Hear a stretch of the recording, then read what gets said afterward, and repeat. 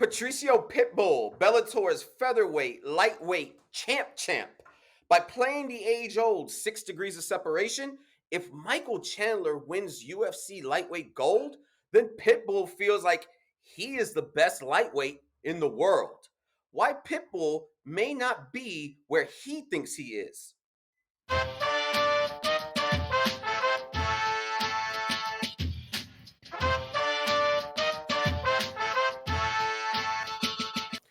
Welcome back, bow throwers. This is Throwing Bows. Let's roll. I'm Jose. I'm here with Maria. Hey, everybody. And I am here with John. What's up, everybody? All right, everybody. So we're just going to jump straight into it. Let's get to round one. Give me the little ding ding. You guys like that? The production value in here is going up. So here we go. Round one. Patricio Pitbull beat Emmanuel Sanchez at Bellator 255, advancing in the Grand Prix to fight AJ McKee. Patricio is riding high, even having a win over UFC title contender Michael Chandler, and that's how he got his lightweight strap, and that's how he is now the champ in Bellator.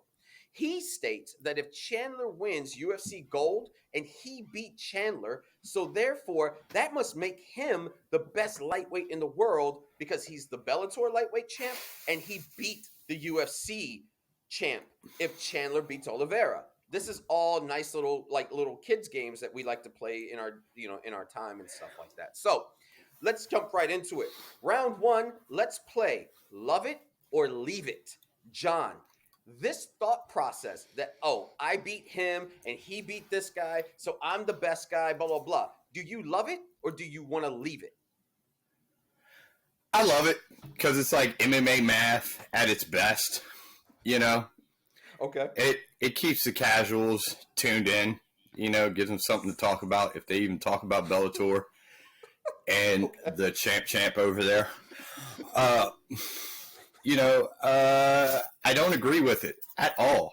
Okay. You're the champ in a division or you're a champion in a division that is devoid of any names or depth. You have ran through them. It's like the kiddie pool at a public pool. It's shallow and unappealing. All right. Well, wow. All right. Yeah. All right. So you were loving I said it. No, that's great. You love it for the idea that it's something to talk about. Like this is a nice little exercise and things like that, right? This is a cute little exercise that we can do when we need to draw comparisons and things, but you yourself don't necessarily agree with it. Okay. All right. I like that. Way to give me some dichotomy and some color in this world. So here we go.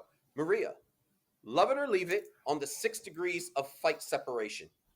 Leave that shit over there, okay? Let's start with the fact that it's cute that you've got fighters like Chandler, who Pitbull defeated, that are trying to bring a little bit of a WWE flair. I don't hate it. I actually was a huge WWE fan. I'm here for that. But here's the problem with this: if this, then that nonsense. You're right, Patricio, in the sense, sorry, this is a brain fart. You are right in the sense that, yes, if Chandler wins, you have bested the UFC champ. But what you're leaving out of this picture is, where exactly is Chandler ranked right now in the UFC? Because he ain't number 1 and he ain't number 2, right? So if you defeat him, you're not even fighting, the best guy in the division. Or if he wins the belt, he's not even the best guy in the division. He would pretty much at that point just be hold my beer for a couple of minutes while I take care of this light work champ, because everyone knows that Poirier decided to get his payday instead of focusing on a belt. And so if Poirier turns around and says, nah, I want the belt, we don't even know if Chandler is in this fight because, as we've talked about on previous episodes, the fight we would have wanted to see was Oliveira Poirier for the strap. So as far as I'm concerned, this coulda, woulda, shoulda bullshit is just that. Or Oliveira Gaethje. Right, or Oliveira Gaethje. And I think that that's the point. Chandler is not the first, not the second, not the third ranked. He is the fourth ranked guy. And he came in as the fourth ranked guy off of one win because, let's face it, we know that the rankings tend to be a little subjective. And so if this is who the promotion wants to push, if we think we can gain some traction, gain some money, and, you know, I won't take anything away from his knockout in his debut. It was phenomenal. You destroyed Dan Hooker. We'll give you that. But all that said, you really haven't done a whole lot in the UFC to have even earned the number 4. Okay. So that's questionable. Okay. All right. Yeah, I mean, and listen, you could have gone the other route too, which is when one of his losses in Bellator is to Bendo. And a younger Bendo at that. And so the guy, a guy that had came over and had some success in UFC when he eventually came over, you lost to him. So you lost to Benson Henderson. So, I mean, there's something, but I mean, listen, you take the latest thing that's in front of you, and that's what you do the addition for. So I see your point. Yeah. All right. So then let's get into round 2. So Pitbull's claim to being the top lightweight is contingent on 2 things. Patricio has to beat AJ McKee. Now, bearing in mind, this is the featherweight Grand Prix. This is not even the lightweight Grand Prix. In the featherweight Grand Prix, he's got to face AJ McKee, and Chandler has got to beat Oliveira. So let's play Magic 8 Ball. Maria, you're going to start us off. Maria, who wins Chandler Oliveira? Ooh, I honestly think Oliveira wins that fight. And I know that that's not a particularly popular position to take. And listen, I don't know. And I'm actually checking right now. Okay, they haven't put it out yet, but I'm pretty sure that he's going to go into this fight as the underdog. Like Chandler's got the gift of gab, and people are riding high on him, and that's great. It's true. But I also think that Oliveira is a bit more dynamic than Hooker was. I think that he's going to create some problems for him. And also, like, he can bang. So he's not like, you're not looking at somebody who is literally just going to win with submissions. Yeah. He's got quite a few KO victories under his belt. And so I don't think this is wishful thinking. I mean, I like Oliveira. I actually took offense for him when it seemed like they were going to give him the snub on the title shot. But I genuinely believe that he is the better fighter, and I think that he walks away with the belt. Okay. All right. So at least right there, if you're taking parlays from Patricio, he's already lost right there. Because if Chandler can't beat Oliveira, then he's the best lightweight in the world goes by the wayside. But just for shits and giggles, John, you get to play Magic 8 Ball. Who wins? AJ McKee or Patricio Pitbull in that Grand Prix featherweight final for Bellator? AJ. Oh. I believe AJ. Younger, hotter, fighter. I think Bellator would hope that he would win and then go up to lightweight and take his strap as well. Wow. So now they have a young fighter who they can put out in front, who holds the lightweight strap, the featherweight strap, the featherweight Grand Prix strap. That's what they got to hope. Because if Pitbull runs through AJ, then he's swimming in the shallow end as far as name fights with this guy. Right. He hasn't been able to get over. Like, he's converting some light heavyweights, right? He's getting some of the so Coker is doing a good job of getting some of the old Strike Force guys to come over, right? He's getting, Rumble Johnson to come back over, and he's talking about Jacare coming back over, and maybe even T Wood coming over, and these are all Strike Force guys. But what he's not absolutely getting the chance to do is Chandler's gone from lightweight, and what you didn't do was at least replenish that with anyone in the top 15 that UFC let go. Like, he's not getting these lightweights to come into Bellator. So to your point, I am actually hoping, and this is no knock, I like Pitbull, but I am hoping McKee beats him, because otherwise this gets really boring really quickly, because you're not filling it in from the bottom. I mean, and listen, every promotion has this problem, right? It's the problem that kind of happened with, in fairness, John Jones and the light heavyweights. They didn't do a good job of filling it up from the bottom. So when Jones got through some of the older fighters, like the Rampages, like the Splendor Rashad Evans, like all these people, like, if you're watching, we can talk. But he didn't do a good job that once John got through all those guys, he didn't fill on the bottom. And so then there was this time where it was like John had to defend against a nobody and no one gave a shit.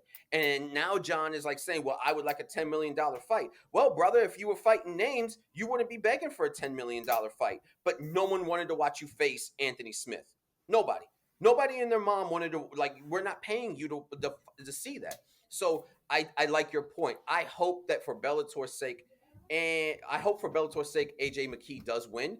I saw that height difference. Like, he is probably a true lightweight that cuts weight to get down to featherweight. That is a big boy compared to Patricio. So you're right. If he beats him at featherweight, I don't see why he can't go up 10 pounds and beat him at lightweight too. And maybe you keep him for a couple of years, and that's your guy. Who knows? You're both so wrong on this one. Oh, are we? Whatever. Oh, okay. Well, I'll tell you this. All right, I'll give you a minute and a half. Real quick, go right ahead. Real quick, why you guys are so wrong on this. I'm tired of having to spend a bunch of money to watch all of these different promotions. All right? And so I need, because I'm not a thief like you, John. I don't have out there. Hey, I use the same link that the greatest lightweight of all time uses.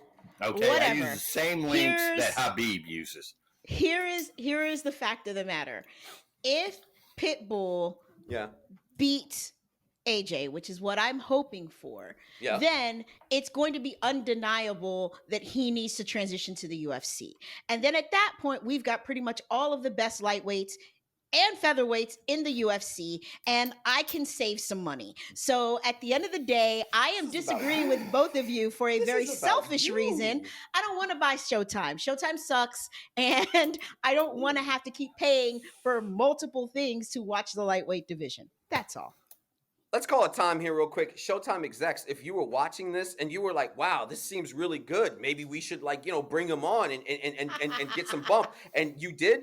I want you to know Maria is completely replaceable. John and I will come and do that. You do not have a bad organization whatsoever. Oh, I will shuck and jive for that Showtime money. Don't get it twisted. Here we They'll go. be the greatest then. Here we go. So anyway, all right. So thank you for that segue, Maria, because you're right. Let's get into round 3. Let's enter the Terror Dome. 2 men enter, 1 man leaves. So here we go. Let's play rank and file. So John, I want you to give me, in your opinion, the top 5 lightweights in the world, and it doesn't matter the promotion. Top 5 lightweights in the world, regardless of promotion. You're on the clock. Go ahead. All right, cool. So doing a little bit of research for this. Excuse me. The problem that I found that was common is after a certain name or number in most of the organizations, it gets devoid of talent and name real fast. It gets bland, like Aldi's brand, bland. I like Aldi.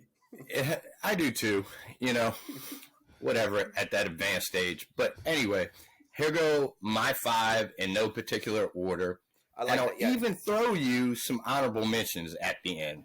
I love it. Go ahead. Poirier. Okay. Gaethje, Oliveira, Islam, McNuggets. Hold on. For our viewers, when he says McNuggets, in case you don't know, he's talking about Conor McGregor. Yeah. Continue.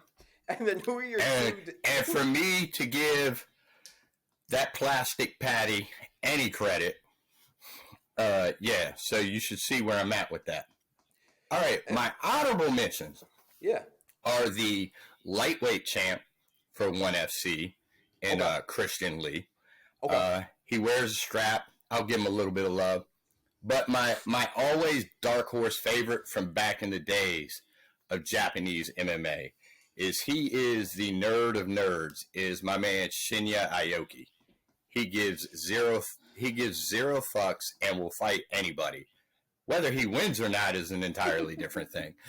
But if given the right opportunity, he will either leave with a body part or your soul. Speaking of body parts, before we get into Maria's, Cage Fury, you're on notice. Stop having your fighters losing body parts and gloves and stuff like that. You had a decent thing going until that happens. Since you just mentioned them, can we give them another tip too? You guys have achieved what I thought was impossible. You achieved the MMA equivalent with your commentary team and CM Punk and whoever that John Morgan. John Morgan, whoever that bland curly-haired fella's name was that Jose just said.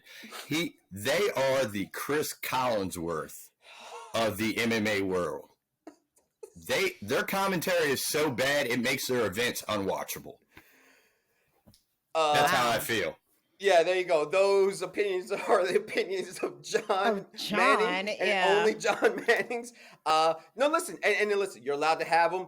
I will let you know that if you have some time, the main events for Cage Fury 94 and 95 were actually very eventful. So if you get a chance, they were really good fights. Go watch those.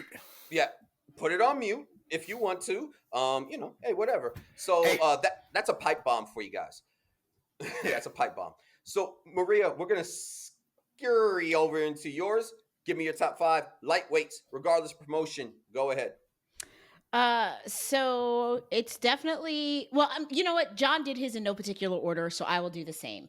For me, it is Poirier, Pitbull, Gaethje, Oliveira, and Chandler, with an honorable mention for baby Pitbull, Patricio. I like Patricio, but the problem is he's lost to Chandler twice. So at the end of the day, you can't be ranked higher than Chandler and you've lost to the man twice. Yeah.